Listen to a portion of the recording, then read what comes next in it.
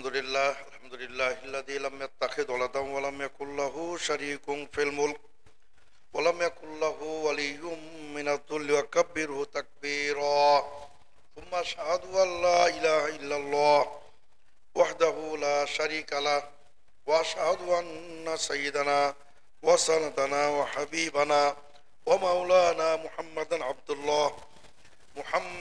الله رسوله الذي أرسله بالحق بشيرا ونذيرا وداعيا إلى الله بإذنه وسراجا منيرا أما بعد فإن أصدق الحديث كتاب الله وأحسن الهدي هدي محمد صلى الله عليه وسلم وخير الأمور عوازمها وشر الأمور محدثاتها وكل محدثة بدعة وكل بدعة ضلالة وكل ضلالة في النار أما بعد فأعوذ بالله من الشيطان الرجيم يا أيها الذين آمنوا إن تتقوا الله يجعل لكم فرقانا ويكفر عنكم سيئاتكم ويغفر لكم والله ذو الفضل العظيم আলহামদুলিল্লাহ চাঁদপুর শহরে অবস্থিত ঐতিহ্যবাহী সহিহ সুন্নাহ এবং বিশ্বনবীর মানহাজে পরিচালিত পবিত্র জামে মসজিদ মুসআব বিন ওমর রাদিয়াল্লাহু আনহু জামে মসজিদে সমবেত উপস্থিত তাওহীদবাদী মুসলিম ভাতৃমণ্ডলী, আলহামদুলিল্লাহ আপনাদের সম্মুখে সূরাতুল আনফালের 29তম আয়াতে কারিমা পেশ করা হয়েছে। ইনশাআল্লাহ মুস্তাআন অত্র আয়াতে কারিমার আলোকে আজকে আমাকে যে আলোচ্য সূচি বা বক্তব্যের বা জুমার খুতবার বিষয়বস্তু দেওয়া হয়েছে যে ফিতনার যুগে আমাদের করণীয়, তো এ বিষয়ে কিছু আলোকপাত করার চেষ্টা করবো ইনশাআল্লাহ। ওমা তাওফীক ইল্লা বিল্লাহ। তো সম্মানিত সুধীবৃন্দ, আসলে ফিতনা এটা অনেকটা যেন বাংলা ভাষারই একটা অংশ হয়ে গেছে, সবাই আমরা বুঝি এটা একটা বাংলা ভাষারই অংশ হয়ে গেছে। তো পবিত্র আল কোরআনুল কারিমে ফিতনা একাধিক অর্থে ব্যবহৃত হয়েছে।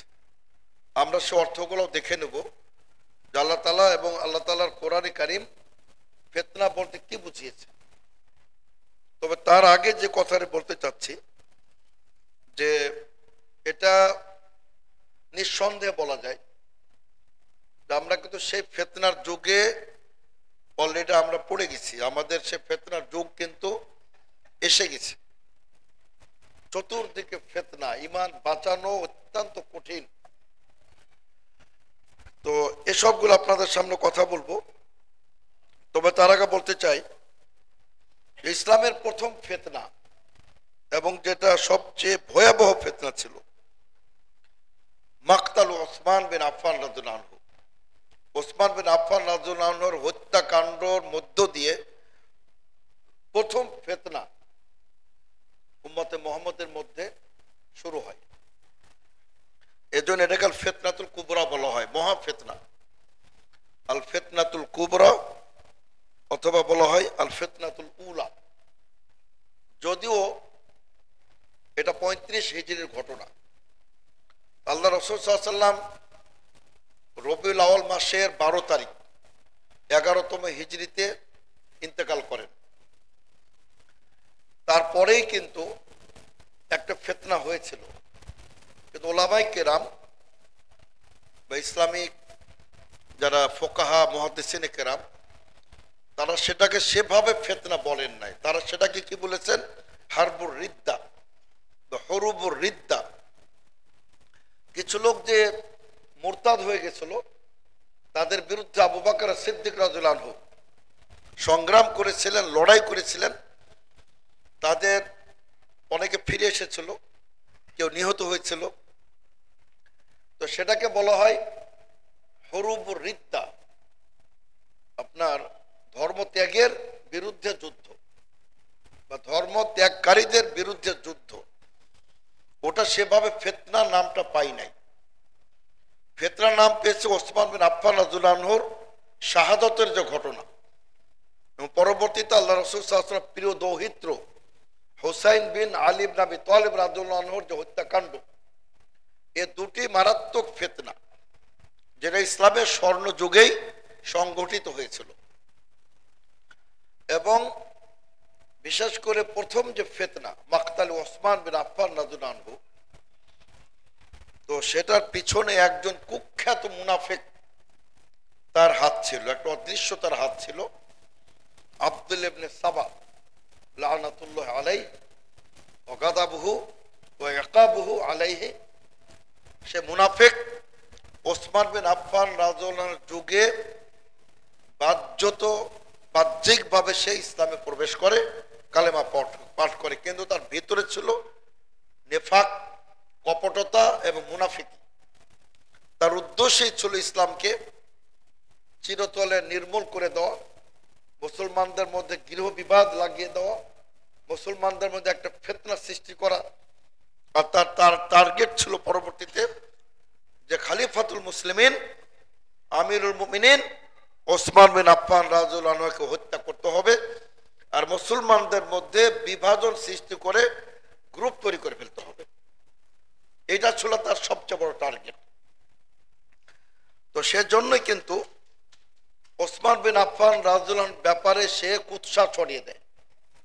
সে একটা বলয় সৃষ্টি করতে পারে, কিছু লোক তার দলে ভিড়াতে পারে। সে একটা অপবাদ কি ছিল ওসমান বিন আফফান রাদিয়াল্লাহু আনহুর ব্যাপারে, যে তিনি বায়তুল মালের যেটা ধন সম্পদ, রাষ্ট্রীয় কোষাগার, যাকাত ফান্ড, এখান থেকে তিনি তার নিজের আত্মীয় স্বজনকে তিনি মোটা মোটা অঙ্কের তিনি দিয়ে দিচ্ছেন। এটা একটা গুজব, এটা টোটালি গুজব ছিল। ওসমান বিন আফফান রাদিয়াল্লাহু আনহু নিজেই তিনি সবচেয়ে ধনাঢ্য ব্যক্তি তিনি ছিলেন। তার কোটি কোটি বিলিয়ন বিলিয়ন টাকা ছিল। তিনি ছিলেন অত্যন্ত নরম দিলের মানুষ। তিনি ছিলেন রুহামা বাইনাহুম, যেটা আল্লাহ তাআলা বলছেন, পারস্পরিক দয়া, মোহাব্বত, সহানুভূতিশীল। তো তিনি সেই আলোকে নিজের ধন ভান্ডার থেকে তিনি আপনার যত গরিব মিসকিন বিষয় আত্মীয় স্বজন সিলাতুর রাহম, যেটা আত্মীয়তার বন্ধনকে শক্তিশালী করার জন্য, যেটা আল্লাহ তাআলা বলেছেন, আল্লাহ রাসূল বলেছেন, তো নিজের অর্থ থেকে তিনি তাদেরকে দান করতেন। এটা মুনাফিকটি ছড়িয়ে দিল যে রাষ্ট্রীয় কোষাগার থেকে তিনি যাকে ইচ্ছা তাকে তিনি দান করে তুলতেছেন।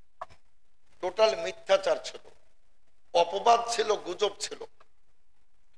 এগুলো কিন্তু মুনাফিকদের হাতিয়ার, সর্বকালে এটা মুনাফিকদের হাতিয়ার, এখনো হাতিয়ার। আহলে হাদিসের বিরুদ্ধে বহু অপপ্রচার, যারা সমাজে বিভ্রান্তি সৃষ্টি করে, আর ইমামদেরকে গালাগালি করে, আরো বিভিন্ন অপপ্রচার তো আছে, যে ইহুদিদের দালাল, ইসরায়েল থেকে নাকি টাকা আসে, প্রতি আমিনের টাকা পাই, তারপরে জঙ্গিবাদ তো একটা মিথ্যা অভিযোগ আছেই, বিভিন্ন অভিযোগ। এটা মুনাফিকদের কিন্তু এটা সবচেয়ে বড় অস্ত্র। এবং আরেকটু গুজব ছড়ালো যে তিনি ক্ষমতার বড় বড় পদে, মসনদে নিজের আত্মীয় স্বজনকে তিনি বসালেন। এটা একটা অপবাদ ছিল। তার বিশাল পরিবার, তিনি দেখেছিলেন যে আমার পরিবারে যারা যোগ্য, আমার পরিবারের কারণে আমি যদি তাদেরকে বঞ্চিত করি, তাদের প্রতি অবিচার করা হবে। কাজে তিনি যারা যোগ্যতম যারা ছিলেন তাদেরকে তিনি বড় বড় পদে বসিয়েছিলেন। যোগ্যতা থাকার পরেও অযোগ্য কাউকে তিনি বসান নাই। তিনি এই দৃষ্টিকোণ তিনি ভেবেছিলেন এরা যোগ্য, সৎ, আমানতদার, আমার পরিবারের সদস্য, আমার আত্মীয়, এ কারণে আমি তাদের বাদ দিব, তা তাদের প্রতি অবিচার করা হবে। কিন্তু গুজব ছড়িয়ে দিল বিভিন্ন ভাবে, তো সেখানে জনগণ উত্তেজিত হলো, তাকে আপনার হত্যা করে ফেললো। ওই রক্তের দাগ, সুবহানাল্লাহ, তার মুসহাফে, তার কোরআন মাজিদে আপনার রক্তের দাগও পড়ে গেছে। তিনি কোরআন মাজিদ পড়া অবস্থায় আর তিনি বলেছিলেন যে আমি বিশ্ব নবীর হাদিস বর্ণনা করে তোমরা শোনো, কোন মুসলিমকে 3টি অপরাধ করা ব্যতিরেকে কোনো কারণে হত্যা করা যাবে না। একটি ছিল যে কতাল বিল কতাল, হত্যা করলে হত্যা করতে হবে, প্রতিশোধ। আমি কাউকে হত্যা করি নাই। আরেকটি হলো যে ইরতিদাদ, মুরতাদ, ধর্মত্যাগ। আমি এখনো ধর্মত্যাগ করি নাই, আমি সেই ইমানের উপরে অটুট আছি। আর বলেছিলেন যে বিবাহ বন্ধন আবদ্ধ হওয়ার পরে জেনা ব্যভিচার করলে, আমি জীবনেও, ইসলামে তো দূরের কথা, আমি জাহিলি যুগেও কোশ্চেন কালো কোন নারীর সাথে ব্যভিচার করি নাই। সুবহানাল্লাহ, জাহিলি যুগেও জেনা ব্যভিচারে লিপ্ত হন নাই, মদ পান করেন নাই। এমনি তো আল্লাহ রাসূল সাল্লাল্লাহু আলাইহি ওয়াসাল্লাম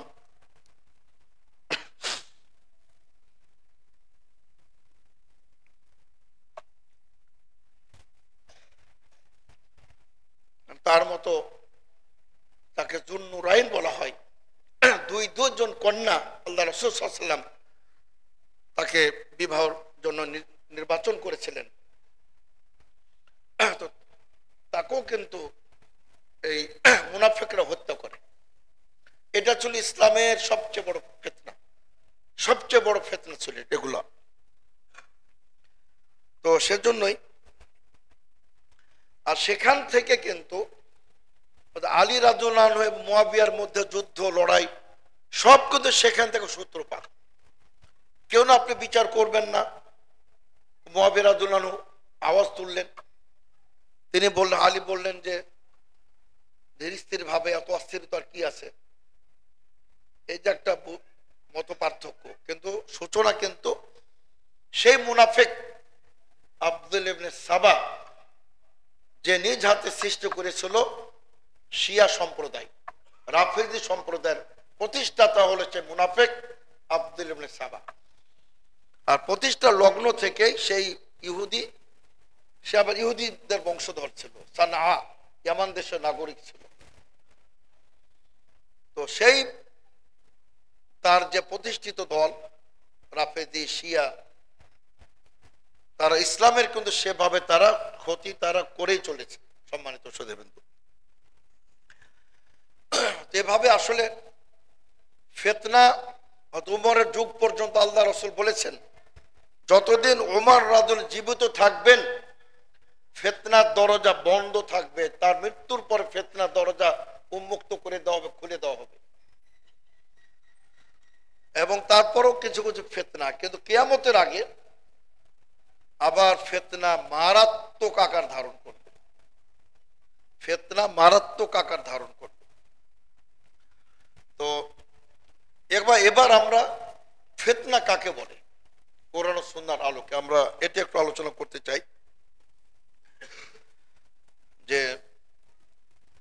ফিতনা বিভিন্ন অর্থে আল কোরআনে আল্লাহ রাব্বুল আলামিন বিভিন্ন অর্থে ব্যবহার করেছেন। একটা হলো যে আপনার এই ফিতনা মানে সবচেয়ে যেটা মানে গ্রহণযোগ্য আর মারাত্মক ফিতনা যেটা, সেটা হলো কি শিরক বিল্লাহ, আল্লাহর সাথে অংশীদারিত্ব স্থাপন করা, শিরক করে, এটা সবচেয়ে বড় ফিতনা। যেমন আল্লাহ তাআলা কি বলেন, ওয়াকাতিলুহুম হাত্তা লা তাকুনা ফিতনা, তাদের সাথে সংগ্রাম করো, তাদের বিরুদ্ধে লড়াই করো, জিহাদ করো, পত্তলিকদের বিরুদ্ধে, কাফেরদের বিরুদ্ধে, যতক্ষণ পর্যন্ত আল্লাহর জমিনে কোনো শিরক না থাকে, আল্লাহর জমিনে পত্তলিকতা না থাকে, কুফরি না থাকে। তাহলে ফিতনার সবচেয়ে বড় অর্থ শিরক করা। ওয়াকুনা দ্বীনু কুল্লুহু লিল্লাহ, সারা সমস্ত দিন যেন সারা পৃথিবীটার জন্য, আল্লাহর দ্বীনের জন্য প্রতিষ্ঠিত হয়ে যায়। এটা হচ্ছে আপনার সর্বপ্রথম অর্থ। ফিতনা মানে শিরক। আপনার 2 নাম্বার হচ্ছে ফিতনা হচ্ছে বলা হয় শাস্তি, আযাব। এটা হলো ফিতনা। এটা আপনি পড়বেন যুকু ফিতনাতাকুম, আল্লাহ তাআলা বলবেন যুকু ফিতনাতাকুম, তোমরা তোমাদের আযাব এখন তোমরা ভক্ষণ করো, আযাবের স্বাদ তোমরা গ্রহণ করো, শাস্তি তোমাদের পেতেই হবে। যুকু ফিতনাতাকুম মানে আযাবাকুম। এবং আপনারা সূরা আল বুরুজে পড়েছেন যে সমস্ত মুসলিমদেরকে মানে আপনার জ্বলন্ত অগ্নিকাণ্ডে নিক্ষিপ্ত করা হয়েছিল। সূরাতুল বুরুজের ঘটনা পড়ে দেখবেন। এখানে আল্লাহ কি বলছেন? ইন্নাল্লাযীনা ফাতানুল মুমিনিনা ওয়াল মুমিনাত। ফাতানু মানে আযাবু, যারা মুমিনদেরকে কষ্ট দিয়েছিল, নির্যাতন করেছিল। সুম্মা লাম ইয়াতুবু, অথবা তওবা করে না, আল্লাহ বলছে ফালাহুম আযাবু জাহান্নাম, তাদের জন্য জাহান্নামের আযাব এবং অগ্নিদগ্ধ জ্বলন্ত আগুনের তাদের পোড়ানো হবে শাস্তি স্বরূপ। তাহলে দেখেন ফিতনা মানে আযাব। আরেকটু অর্থ হচ্ছে সম্মানিত শ্রোতাবৃন্দ, আরেকটু অর্থ হচ্ছে বালা মুসিবত। বালা মুসিবত ওয়ালা নাবলুয়ান্নাকুম বিশ-শাররি ওয়াল খাইরি ফিতনাতান, আল্লাহ বলছেন ফিতনা স্বরূপ, পরীক্ষা স্বরূপ। আচ্ছা, আরেকটু অর্থ ফিতনা মানে পরীক্ষা, আর আরেকটু অর্থ হচ্ছে ফিতনা মানে মুসিবত, শাস্তি। আরেকটু অর্থ হল ফিতনা মানে মানে সব সংমিশ্রণ, উলট পালট, হক বাতিল মিশে গেছে, পার্থক্য করে কঠিন, পার্থক্য করে কঠিন। বাংলাদেশে মানুষ মনে করে ইসলাম তো হলো একটু ওরস উদযাপন করবে, বাৎসরিক একটা ওরস হবে, ওখানে কিছু প্রয়োজন নাচ গান হবে, মেলা হবে, তারপরে কবরে কিছু চাদর চড়াইতে হবে, মাজার তৈরি করতে হবে, তারপর আপনার একটু প্রয়োজনে একটা বিল্ডিং কবরের উপরে তৈরি করে সৌধ নির্মাণ করতে হবে, এবং মসজিদ সংলগ্ন মসজিদের সাথে একটা মাজার থাকতে হবে। এই হলো বাংলাদেশের ইসলাম। আর আল্লাহ রাসূলের মহব্বতের নামে একটা মিলাদ করতে হবে। বুঝতে পারছেন কণ্ঠের অবস্থা, একটু ঠান্ডা লেগেছে আবার হঠাৎ করে। তো জাযাকুমুল্লাহ খাইরান। যেহেতু সলাৎ না, সলাৎ অবস্থায় কিছু পান করলে খেলে পারে সলাৎ নষ্ট হয়ে যাবে, কিন্তু যেহেতু খুতবা এটা সলাতের মতই, তবে এখানে প্রয়োজনে পানি পান করা যাবে, অসুবিধা নেই, কিন্তু সলাৎ অবস্থা করা যাবে না। সলাৎ অবস্থা যদি পানি পান করেন, খাদ্য খান, সলাৎ বাতিল হয়ে যাবে। কথা বলবেন, বাতিল হয়ে যাবে, কিন্তু খুতবায় খতিব প্রয়োজনে কথা বলতে পারবেন। এক সাহাবী সুলাইক আল গাতফানী রাদিয়াল্লাহু আনহু, তিনি মসজিদে প্রবেশ করে বসে গেলেন। আল্লাহ রাসূল সাল্লাল্লাহু আলাইহি ওয়াসাল্লাম কড়া ভাষায় বললেন, কুম ইয়া সুলাইক আল গাতফানী, এই সুলাইক দাঁড়াও, বসছো কেন, উঠো, 2 রাকাত তুমি মিনিমাম পড়তেই হবে। আমাদের মাযহাবী ভাইরা এগুলো হাদিস দেখে না, মাযহাবী ভাইরা এসে বসে যায়, বিশেষ করে যখন খুতবা শুরু হয়ে গেছে তারা মনে করে আর বোধহয় কোনো সলাৎ জায়েজ নাই। এটা ভুল ফতোয়া। আপনি মসজিদে যখনই প্রবেশ করবেন, তবে হ্যাঁ একটা বিষয় বিতর্ক আছে যে যিনি খতিব যিনি হবেন উনি কি করবেন। আল্লাহ রাসূল সাল্লাল্লাহু আলাইহি ওয়াসাল্লাম থেকে কিন্তু কোনো প্রমাণিত হয় নাই যে আল্লাহ রাসূল সাল্লাল্লাহু আলাইহি ওয়াসাল্লাম এসে তিনি 2 রাকাত তাহিয়াতুল মসজিদ পড়েছেন, কোনো প্রমাণ নাই। কিন্তু আমরা কেন পড়ি আসলে একটু পার্থক্য আছে। পার্থক্য হলো যে নবী সাল্লাল্লাহু আলাইহি ওয়াসাল্লামের একটা হুজরা ছিল পাশে, তিনি হুজরাতে ওটা পড়তেন, পড়ার পরে তিনি ডাইরেক্ট এসে মেম্বারে দাঁড়াতেন। এটা বিষয়টা ভিন্ন। এখনো যদি এই ধরনের কোনো ব্যবস্থা রাখা হয় যে ইমাম সাহেবের একটা হুজরা থাকবে মসজিদ সংলগ্ন, তো উচিত হবে তিনি ওই রুমের মধ্যেই 2 রাকাত পড়ে নেবেন এবং তিনি মসজিদে কোনো 2 রাকাত না পড়ে সরাসরি মেম্বারে বসবেন। এটা হলো সুন্নাহ। তো আমরা কেন পড়ি, যেহেতু আমরা তো আসি দূর থেকে, আমাদের তো ভাবে হুজরা নাই, কিন্তু হুজরা থাকলে, ব্যবস্থা থাকলে উচিত হবে ইমাম সাহেবের যে তিনি মসজিদে কোনো 2 রাকাত সালাত আদায় করবেন না। শুকরান।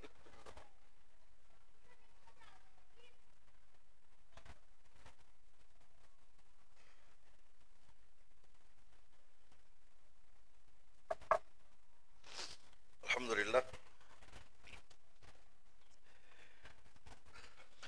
তো সম্মানিত সুধীবৃন্দু, আমরা বলছিলাম যে আপনার এই ফিতনার অর্থগুলো বলছিলাম।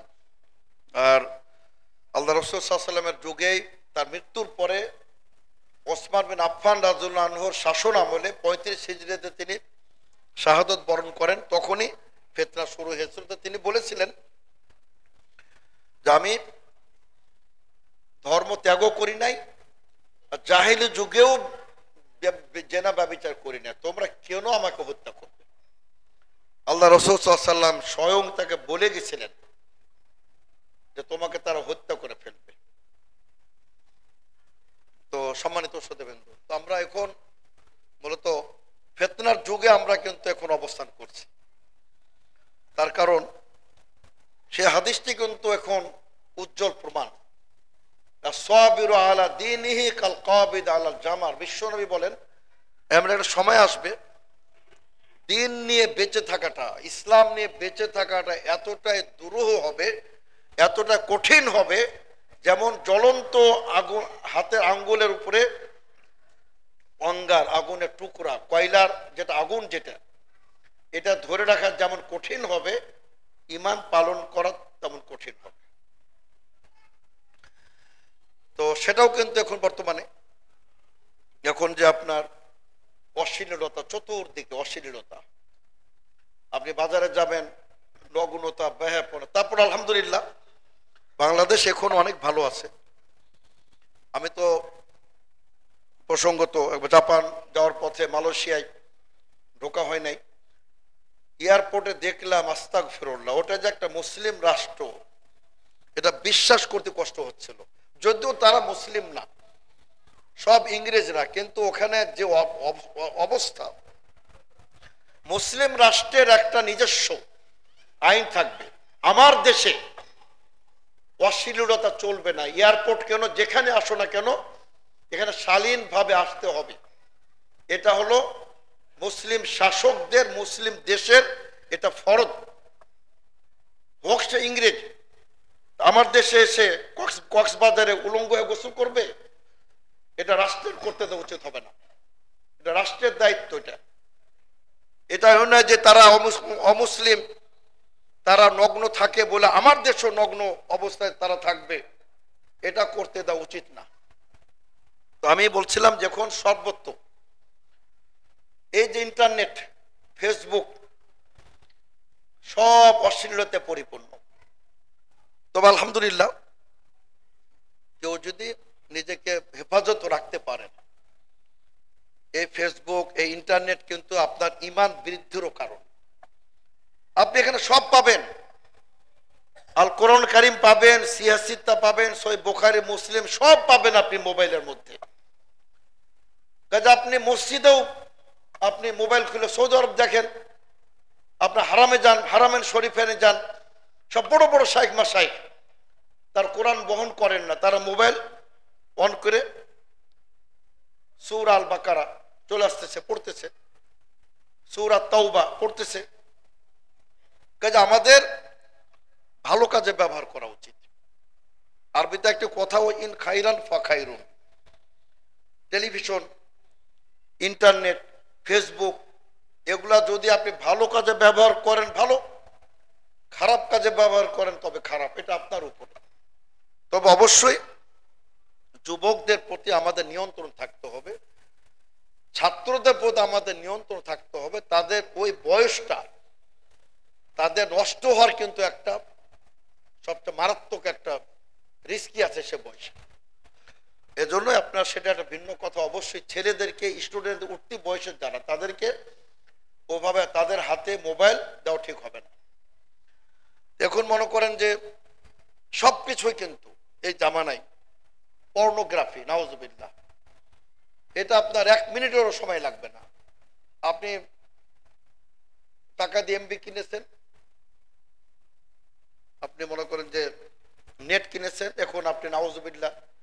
কিন্তু যারা পূর্ণ মুমিন তাদের তো এটা বিশ্বাস, কিরামান কাতিবিন ইয়ালামুনা মা তাফআলুন, এই বিশ্বাস কিন্তু আপনাকে পরিচালনা করবে, আপনি কোনটা দেখবেন আর কোনটা দেখবেন না, কোনটা করবেন আর কোনটা করবেন না। এই জন্য আমাদের এই ফিতনার যুগে ঈমানকে রক্ষা করাটা খুব কঠিন। তার যেটা বলছিলাম, এক কথা অন্য কথাও চলে যাচ্ছি, মানে যদিও সেটা কিছুটা লঙ্ঘন হচ্ছে আইনের। সেটা হচ্ছে যে যেটা বলছিলাম যে আপনার ফিতনার একটি অর্থ হলো উলট পালট। আপনি জনগণ বুঝতে পারবে না যে কোনটা সঠিক। এত বড় জুব্বা আর এত সুর, সুললিত কণ্ঠ, কোকিল কণ্ঠের মতো আওয়াজ, আর শিরকের আহ্বান করে, মাজার পূজার প্রচার করতেছে, আল্লাহর ধন মোহাম্মদকে দিয়ে আল্লাহ গেছেন গায়েব হইয়া, আর মোহাম্মদের ধন খাজাকে দিয়ে খাজা বাবা শুয়ে রয়েছে আজমিরে, কেউ ফিরে না খালি হাতে, খাজা বাবার তোমার দরবার হতো। তো জনগণ তো বিভ্রান্ত হবে। এজন্যই তো আসলে আলেমের বিভ্রান্তি মানে পুরো কওমের বিভ্রান্তি। এজন্য আল্লাহ রাসূল সাল্লাল্লাহু আলাইহি ওয়াসাল্লাম তিনি ক্লিয়ার বলেছেন যে আমি দাজ্জালের চেয়ে মারাত্মক ভয় করি এই শ্রেণীর আলেমকে, যারা আল আইমাতুল মুদিল্লুন, যারা পথভ্রষ্টকারী ইমাম, পথভ্রষ্টকারী বক্তা, যারা, এদেরকে আমি দাজ্জালের চেয়ে ভয়ঙ্কর মনে করি। তার কারণ দাজ্জাল কোন মুমিনকে বিভ্রান্ত করতে পারবে না, মুমিনের ঈমান আরো বেড়ে যাবে। কিন্তু অনেক মুমিন এদের এক একটা বক্তব্য শুনে কেউ কবর পূজার দলে ভিড়তেছে, কেউ বেদাত করতেছে।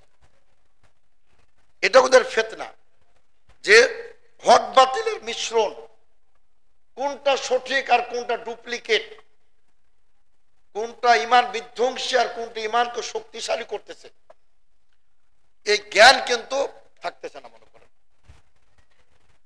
তো এগুলা কিন্তু সবই ফিতনা।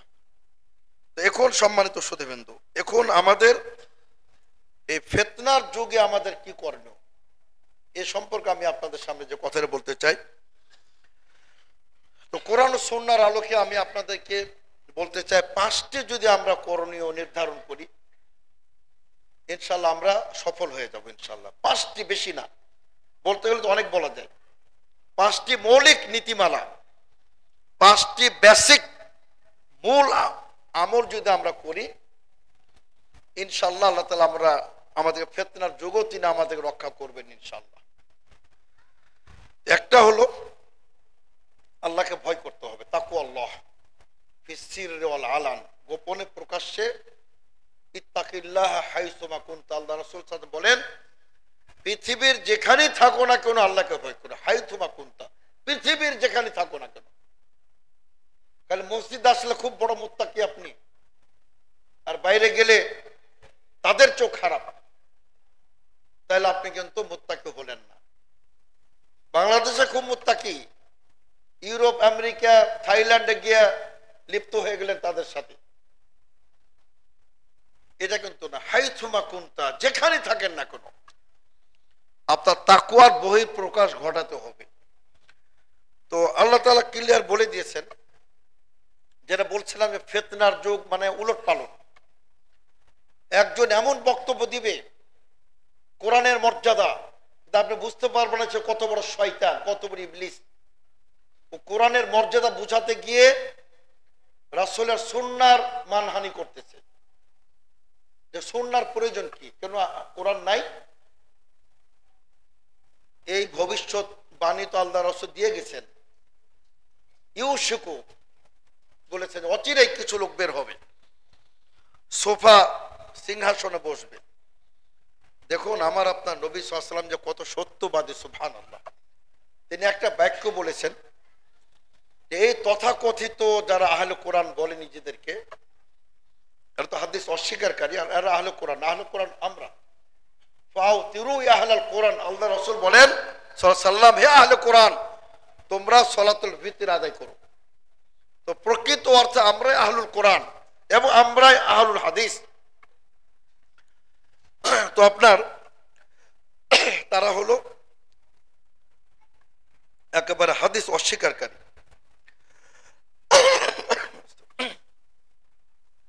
তো আল্লাহ তাআলা সে কথা তিনি বলছেন, তো বলছিলাম আপনি বুঝতে পারবেন না যে তার ভিতরে কি আছে। সে কোরআনের মর্যাদা বলতে গিয়ে আপনাকে একদম তার দলে ভিড়িয়ে নিবে, পরে আপনাকে বুঝ দিবে যে হাদিস তো সংকলন করা হয়েছে কয়েকশো বছর পরে, কাজেই জয়ীফ জাল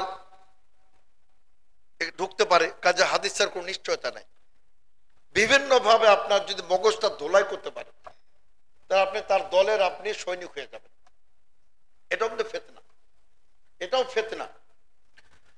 কবর পূজকরাও ফিতনা। ওয়ালিয়া আউলিয়ার এমন গুণগান কোরআন থেকে পেশ করবে দলিল, আলা ইন্না আউলিয়া আল্লাহ লা খাউফুন আলাইহিম ওয়া লা হুম ইয়াহজানুন। আরে বেটা সেটা তোমার কি? ঠিক আছে, ওয়ালিয়া আউলিয়ার ভয় না, ওয়ালিয়া আউলিয়া জান্নাত যাবে, তাহলে তোমারটা কি? তোমার উপকার কি এখানে? আল্লাহ তো কোরআনে ক্লিয়ার বলেছেন আমাকে বাদ দিয়ে কোন ওয়ালি আউলিয়ার ইত্তেবা করা চলবে না। ওয়ালা তাত্তাবিউ মিন দুনিহি আউলিয়া। এজন্যই এগুলা সব ফিতনা। যে কোনটা সঠিক মনে করবেন, জনগণ তো বলে ভাই আপনার আলেম ওলামার লড়াই করতেছেন, আমি কোন দিকে যাব? এটাই ফিতনা, এটাই ফিতনা। কিন্তু আল্লাহ তাআলা আপনাকে তো একটা জ্ঞান দিয়েছেন, বিবেক দিয়েছেন, আপনাকে পার্থক্য বুঝতে হবে। আপনি শুধু দলিলটা চান, দেখবেন যে তার লেজ গুটিয়ে পালিয়ে যাবে। ওই যে একজন তো বলে যে মিলাদ এটা কোনো দলিল নাই, বিনা দলিলে এটা নাকি ফরজ, নাউযুবিল্লাহ। এবং বলে যে শবে বরাত লাইলাতুল কদরের চেয়ে 100 গুণ না 1 কোটি গুণ নাকি বেশি মর্যাদা, নাউযুবিল্লাহ। ওকে খালি বলেন যে বেয়াদব, একটা তুমি জয়ীফ হাদিস চলে দাও, সহি তো দূরের কথা, একটা জয়ীফ হাদিস দাও যে লাইলাতুল কদরের চেয়ে লাইলাতুল নিসফে মিন শাবান, শবে বরাতের রাত্রি উত্তম একটি তুমি জয়ীফ হাদিস দাও, দূরের সহি তো দূরের কথা। দলিল চাইবেন, দেখবেন যে সব লেজ গুটিয়ে পড়াই যাবে। এজন্য আল্লাহ তাআলা কি বলছে, ফাসআলু আহলা যিকরি ইন কুনতুম লা তা'লামুন বিল বাইয়িনাত ওয়াজ জুবুর। আল্লাহ বলছেন আহলে জিকিরকে জিজ্ঞেস করো, বিদ্বানদের জিজ্ঞেস করো, কিন্তু কি সহকারে? দলিল সহকারে। আপনি বলেন যে আপনার দলিল কোথায়? আবার হ্যাঁ, যদি বুখারী থেকে দেয়, কোরআন থেকে দলিল দিবে, কিন্তু অপব্যাখ্যা করবে, সেটা আপনি বুঝতে পারবেন ইনশাআল্লাহ। এই জন্য বলছিলাম সম্মানিত শ্রোতাবৃন্দ যে আপনার এই পীরবাদ বলেন, এই কবর পূজা বলেন, মাজার পূজা বলেন, আর আল্লাহ রাসূলের মহব্বতের নামে মিলাদ বলেন, আল্লাহ রাসূলের মহব্বতের নামে কিয়াম বলেন, আর পিতামাতার প্রতি মহব্বতের নামে কুলখানি বলেন। বলে এত বড় বেয়াদব, বাপ মারা গেল একটা কুলখানি করলো না। অনেকে বলে যে আমি লজ্জায় আমি খাওয়াচ্ছি মানুষকে, চেহালাম করতেছি, কুলখানি করতেছি। ইন্নাল্লাহ লা ইস্তাহি মিনাল হক। আল্লাহ বলছে, আল্লাহ তাআলা হক বলতে দ্বিধা করেন না। সুতরাং নিঃসংকোচে বলবেন যে তোমার চেয়ে আমি আমার পিতাকে বেশি ভালোবাসি বলেই আমি কুলখানি করতে পারি না, আমি চেহালাম করতে পারি না। কেন? আমি আমার আব্বাকে বেশি ভালোবাসি, যেহেতু রাসূল করেন নাই। আর আরেকটি কথা যে আমি আমার পিতার চেয়ে রাসূলকে বেশি ভালোবাসি। রাসূলের ভালোবাসা সর্বাগ্রে, সবার ঊর্ধ্বে। সারা পৃথিবীর মানুষের চেয়ে আপনি রাসূলকে বেশি ভালোবাসবেন। রাসূল যেটা অ্যালাউ করেন নাই, আপনি নির্দ্বিধা বলবেন যেটা আমি মানতে পারি না। কেন? এটা ইসলামে অনুমোদিত নয়। তাহলে আপনি ইনশাআল্লাহ আপনার ঈমান নিয়ে আপনি সতর্ক বেঁচে থাকবেন ইনশাআল্লাহ। আমি বলছিলাম সম্মানিত শ্রোতাবৃন্দ, আমাদের প্রথম করণীয় তাকওয়া অবলম্বন করতে হবে, আল্লাহকে ভয় করবেন। আল্লাহ তাআলা আপনাকে একটা গ্যারান্টি দিয়েছেন, তুমি যদি আমাকে ভয় করো, আল্লাহ বলছেন হে বিশ্বাসীগণ, ইন তাত্তাকুল্লাহ, আল্লাহকে যদি ভয় করে, ইয়াজআল লাকুম ফুরকানান, তিনি তোমাদেরকে ফুরকান দান করে দেবেন। সুবহানাল্লাহ। ফুরকান মানে মানদণ্ড। আপনি নিজেই বুঝতে পারবেন যে কে বাটপার আর কে হক, কে ভুয়া আর কে অরিজিনাল। কে ইসলামের শত্রু, কে অপব্যাখ্যাকারী, আর কে ইসলামের সঠিক দায়ী, ওয়ারাসাতুল আম্বিয়া কে, আপনি নিজে পার্থক্য করতে পারবেন যদি আপনার মধ্যে তাকওয়া যদি আসে। এটা আল্লাহ তাআলা বলছেন, ইয়াজআল লাকুম ফুরকানান, তিনি তোমাদেরকে হক বাতিলের মানদণ্ড দিয়ে দিবেন। ওয়া ইউকাফির আনকুম সাইয়্যাতিকুম, আর তোমাদের সকল তোমাদের পদস্খলন যেগুলো ঘটেছে, ত্রুটি অন্যায়, তিনি সব নিশ্চিহ্ন করে দিবেন। ওয়া ইয়াগফির লাকুম, আর তিনি তোমাদেরকে ক্ষমা করে দিবেন। আল্লাহু যুল ফাদলিল আযীম, আল্লাহ তাআলা মহা অনুগ্রহশীল, আল্লাহ তাআলা মহা অনুগ্রহশীল। এটা কিন্তু আমাদের একটা মৌলিক আকীদা। আল্লাহ তাআলার অনুগ্রহ না হলে আমরা কবে ধ্বংস হয়ে যেতাম। এই যে আমরা টিকে আছি এত পাপের পরে, এটা আল্লাহর অনুগ্রহ। তার কারণ আপনি আজকে একটা অন্যায় করলেন, নাউযুবিল্লাহ, দুদিন পরে আপনি অনুশোচনা করে আবার হক পথে ফিরে আসবেন, এটাও একটা আল্লাহর অনুগ্রহ। তিনি আপনাকে সুযোগ দিচ্ছেন। তো এটা আল্লাহ তাআলা বলছেন যে আল্লাহ তাআলা চরম অনুগ্রহশীল। আমাদের প্রথম করণীয় যে আমরা আল্লাহকে ভয় করব ফিতনার যুগে। আর দ্বিতীয় করণীয় হচ্ছে, দেখুন, বেশি বেশি ইবাদতে লিপ্ত থাকবেন। আল্লাহ রাসূল সাল্লাল্লাহু আলাইহি ওয়াসাল্লাম বলেন, আল ইবাদাতু ফিল হারজি কা হিজরাতিন ইলাইয়া, সহিহ মুসলিমের হাদিস। আল্লাহ রাসূল সাল্লাল্লাহু আলাইহি ওয়াসাল্লাম বলেন যে ফিতনার যুগে, মুজাম তবরানীতে ফিতনা শব্দ আছে, ইবাদাতু ফিল ফিতনা, তাহলে আরো ক্লিয়ার হয়ে গেল। ফিতনার যুগে ইবাদত করা, আল্লাহ রাসূল সাল্লাল্লাহু আলাইহি ওয়াসাল্লাম বলছেন কা হিজরাতিন ইলাইয়া, সেজন্য আমি মুহাম্মদ সাল্লাল্লাহু আলাইহি ওয়াসাল্লামের নিকটে হিজরত করে, তার দেশ ত্যাগ করে আমার নিকটে হিজরত করে চলে আসলো। সুবহানাল্লাহ, এটা কত মর্যাদা দেখুন। মানে ফিতনার যুগে ইবাদত করা, এজন্য আল্লাহ রাসূল সাল্লাল্লাহু আলাইহি ওয়াসাল্লাম এতদূর তিনি বলেছেন, অনেক মুহাদ্দিসিন কেরাম পর্যন্ত হয়রান হয়েছেন হাদিসটা কেমনে সহি হতে পারে, কিন্তু শেষ পর্যন্ত তারা কেউ জয়ী বলতে পারেন না। সুবহানাল্লাহ, হাদিসটা কি? যে এই ফিতনার যুগে যখন আপনার চতুর্দিকে আপনার বিরুদ্ধে সোচ্চার আপনার মতো আক্রমণ করবে, আপনার মসজিদ ভেঙে দিবে, আপনার মসজিদে তার তালা লাগিয়ে দিবে, আপনার বিরুদ্ধে মিথ্যা মামলা হবে, আপনি তারপরও টিকে আছেন।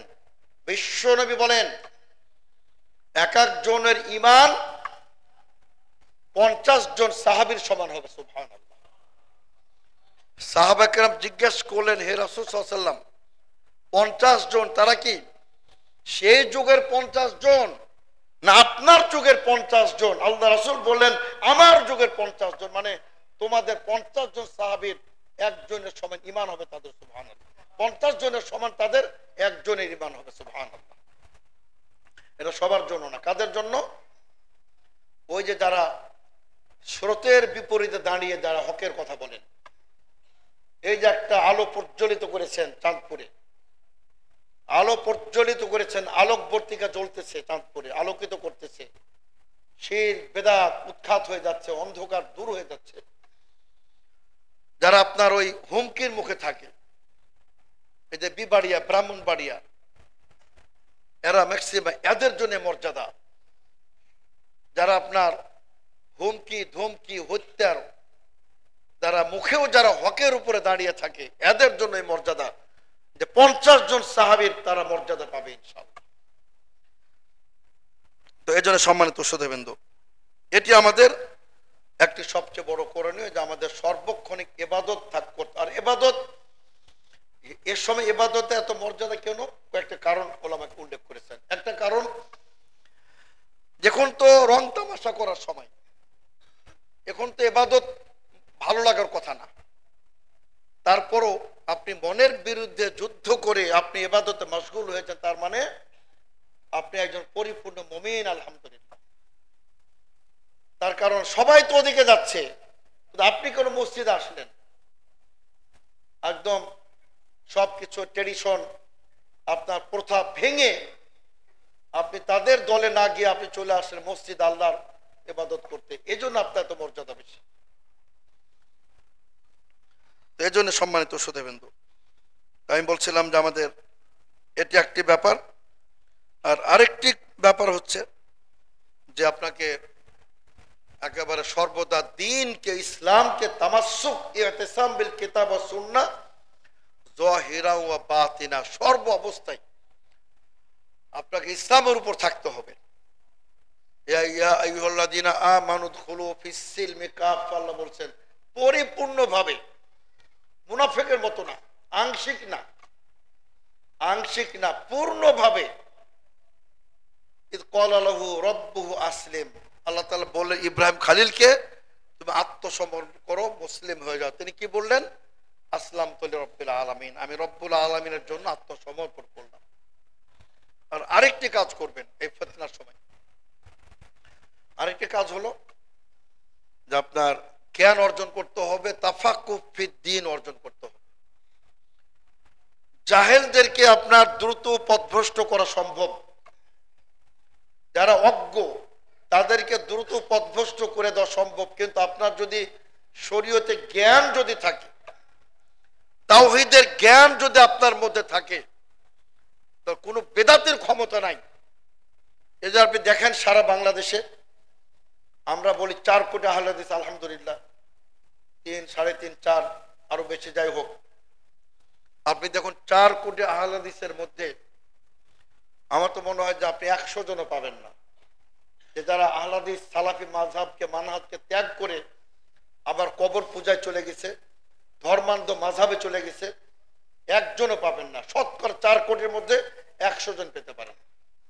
কিন্তু প্রতিদিন বাংলাদেশের বুকে হাজার হাজার লোক কবর পূজা, মাজার পূজা, বিভিন্ন ধর্মান্ধ মাযহাব ত্যাগ করে সহিহ আকীদা, আহলে হাদিস এবং সালাফিয়তের মধ্যে প্রবেশ করতেছে। আলহামদুলিল্লাহ, এটি প্রমাণ করে এটি হলো সঠিক মানহাজ, সঠিক, এটাই হলো সবচেয়ে সঠিক, যেহেতু মানুষের দিকে ফিরে আসতেছে।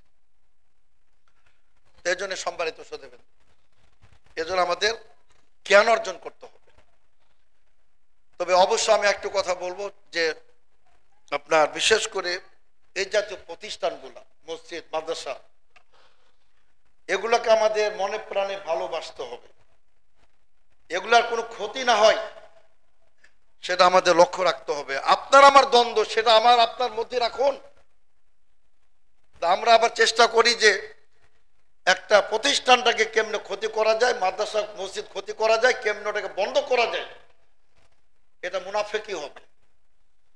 আপনার সাথে আমার দ্বন্দ্ব আপনি আমার মধ্যে রাখুন, আমাদের দুজনের মধ্যে থাক, প্রতিষ্ঠানকে কেন জড়ান, এটা অবশ্যই আমাদের সতর্ক থাকতে হবে।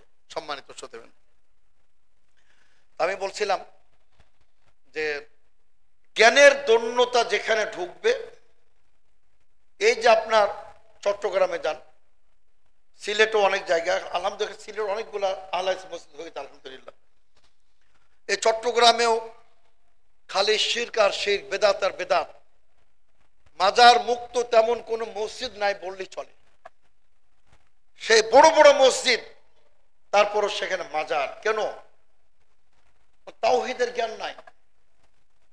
যত বড় ফকিহ হোক, যত বড় মুফাসসির হোক, সে যত বড় বক্তা হোক, কিন্তু সে তাওহীদবাদী নয়। এটাই সমস্যাটা। আল্লাহ তাআলা প্রথমে দায়ীকে বলছেন তোমাকে প্রথমে তাওহীদবাদী হতে হবে। আল্লাহ তাআলা কোরআনে কি বলেন? কুল হাদিহি সাবিলি আদউ ইলাল্লাহি আলা বাসীরাতিন, হে রাসূল আপনি বলে দিন যে আমার পথ, ইসলামের পথ, আল্লাহর পথ, কোরআনের পথ, সিরাতে মুস্তাকিমের পথ। আমি মানুষকে আহ্বান করি আলা বাসীরাতিন, প্রজ্ঞার সাথে, দলিল ভিত্তিক। এটা হলো বাসীরা, হুজ্জাতের সাথে, দলিলের সাথে। এখানে কিন্তু ওই যে বুজুর্গুনে কাহা, এটার কোন দাম নাই আমাদের কাছে। আপনার কাছে সেটা স্বর্ণের চেয়ে দামি, আর আমাদের নিকটে সেটা ফালতুর চেয়ে ফালতু। তার কারণ ওখানে দলিল নাই। আলা বাসীরাতিন আনা ওয়া মান ইত্তাবাআনি, আমি এবং আমার সকল অনুসারী। আল্লাহর রাসূল বলেছেন আমার সকল অনুসারী কিয়ামত পর্যন্ত এই জ্ঞানের সাথে দাওয়াত দিতে হবে। এবং সুবহানাল্লাহ, আল্লাহর পবিত্রতা, ওমা আনা মিনাল মুশরিকিন, আমি মুশরিকদের অন্তর্ভুক্ত নই। এটা দায়ীকে প্রথম ঘোষণা দিতে হবে। কয়জন দায়ী টিকবে পরীক্ষায় যে আপনি মুশরিক নন? এই মসজিদে আল্লাহর সামনে দাঁড়িয়ে কয়জন দায়ী বলতে পারবে? ম্যাক্সিমাম দায়ী, ম্যাক্সিমাম আলেম আদা আহলিল হাদিস, আহলে হাদিস ব্যতিরিক আলহামদুলিল্লাহ সীমিত সীমিত আছেন আলহামদুলিল্লাহ। আমাদের দেওবন্দি আকীদারও বেশ কিছু অনেক আছেন আলহামদুলিল্লাহ, তারা শিরক মুক্ত, বেদাত মুক্ত আছেন।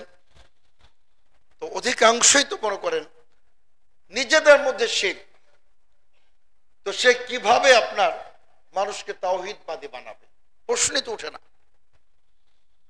একজন বন্ধ্যা নারী সে কিভাবে সন্তান প্রসব করবে? অসম্ভব তার জন্য, নিজের যে বন্ধ্যা, কাজে তার জন্য এটা সম্ভব না। আপনি তেঁতুল গাছে আঙ্গুর কামনা করবেন, এটা তো একেবারে অসম্ভব। তেঁতুল গাছে তেঁতুলই হবে, সেটা ঠিক আছে, তেঁতুলের উপকার আছে সেটা ভিন্ন কথা, কিন্তু তেঁতুল গাছে আপনি আঙ্গুর কামনা করতে পারেন না। সুতরাং বেদাতীদের দ্বারা, কবর পূজকদের দ্বারা, তথাকথিত সুন্নিদের দ্বারা, যার চট্টগ্রামের সুন্নি, ওই সুন্নিদের দ্বারা আল্লাহর জমিনে সুন্নাহ প্রতিষ্ঠা হবে না। যারা কোরআনের অপব্যাখ্যা করে, সুন্নাহর অপব্যাখ্যা করে, আর আহলে হাদিসের নাম শুনলে তাদের মাথা নষ্ট হয়ে যায়। এজন্য ইমাম ইয়াহইয়া ইবনে সাঈদ আল কাত্তান বলতেছেন, শুধু একটু কথা বলেই খুতবা একটা পর্যন্ত, খুতবা শেষ সময় শেষ আছে, আমি শুধু একটু কথা বলে আলোচনা শেষ করব।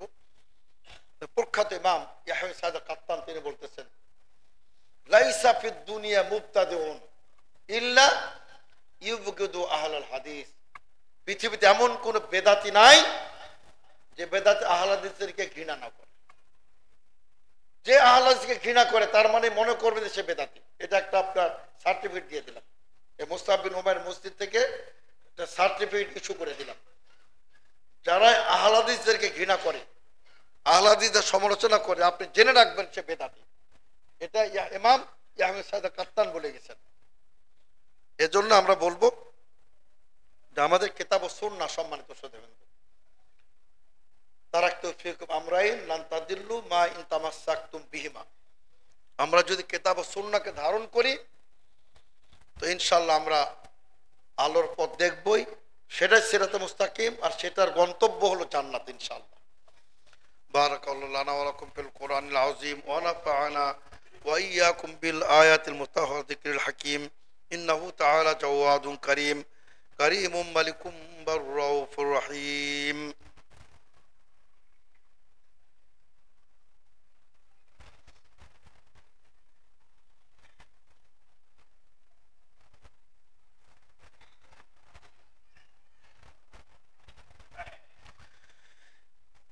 আলহামদুলিল্লাহ নাহমাদুহু ওয়া নাস্তাঈনুহু ওয়া নাস্তাগফিরুহু ওয়া নু'মিনু বিহি ওয়া নাতাওয়াক্কালু আলাইহি ওয়া নাউযু বিল্লাহি মিন শুরুরি আনফুসিনা ওয়া মিন সাইয়্যাতি আমালিনা মান ইয়াহদিহিল্লাহু ফালা মুদিল্লা লাহু ওয়া মান ইউদ্লিল ফালা হাদিয়া লাহু ওয়া আশহাদু আল লা ইলাহা ইল্লাল্লাহ ওয়াহদাহু লা শারীকা লাহু ওয়া আশহাদু আন্না মুহাম্মাদান আবদুহু ওয়া রাসূলুহু। আম্মা বা'দ, আউযু বিল্লাহি মিনাশ শাইতানির রাজীম।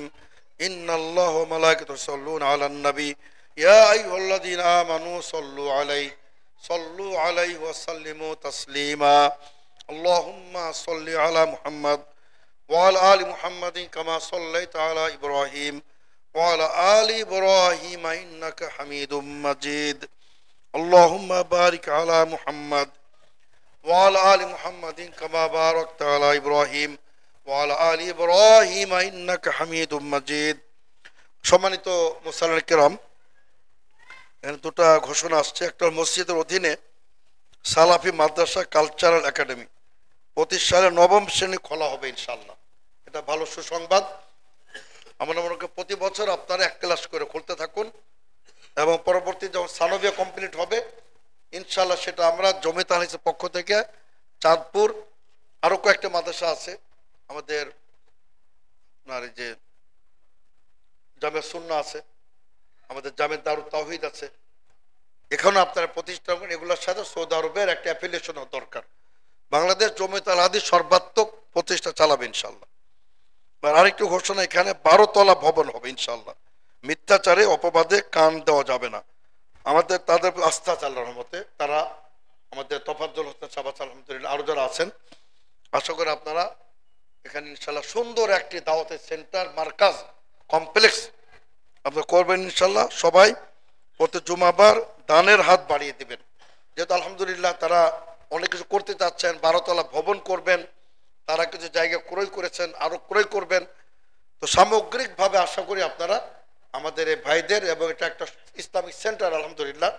আমি আর আগেও বলেছি, চাঁদপুরে চাঁদের আলো থাকলেও তাওহীদের আলো ছিল না, কিন্তু আলহামদুলিল্লাহ এখানে তাওহীদের আলো তার বিকিরণ করতেছে আলহামদুলিল্লাহ, কয়েকটি মাদ্রাসা বিশেষ করে। তা আপনারা এখানে যে যা পারেন মুক্ত হস্তে আপনারা এখানে দান করে সেটা অংশগ্রহণ করবেন ইনশাআল্লাহ। আল্লাহুম্মা আইজ্জিল ইসলাম ওয়াল মুসলিমিন, আল্লাহুম্মা আনসুর মান নাসারাদ-দ্বীন, আল্লাহুম্মা খযুল মান খাযালাদ-দ্বীন, আল্লাহুম্মা ইন্না নাজআলুকা ফি নুহুরিহিম ওয়া নাউযু বিকা মিন শুরুরিহিম, আল্লাহুম্মা শাত্তিত শামলাহুম ওয়া ফারিক জামআহুম ওয়া দাম্মির দিয়ারাহুম ওয়া খারিব বুনিয়ানাহুম ওয়া আনজিল বিহিম বাসাকাল্লাযী লা তারুদ্দুহু আনিল কওমিল মুজরিমিন। ইবাদাল্লাহ রাহিমাকুমুল্লাহ, ইন্নাল্লাহা ইয়া'মুরু বিল আদলি ওয়াল ইহসান ওয়া ইতা'i যিল কুরবা ওয়া ইয়ানহা আনিল ফাহশাই ওয়াল মুনকার ওয়াল বাগই ইয়া'iযুকুম লা'আল্লাকুম তাযাক্কারুন।